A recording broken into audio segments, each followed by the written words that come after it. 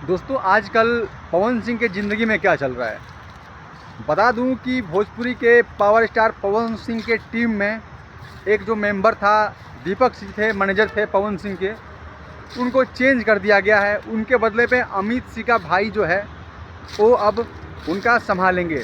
जिम्मेदारी मिली है उनको कि उनको मैनेज करना है। पवन सिंह को देख रेख, पवन सिंह का हर हिसाब किताब सब मैनेज करेंगे। दीपक सिंह अब चेंज हो चुके हैं, उनके जगह पे एक नया मैनेजर आया हुआ है।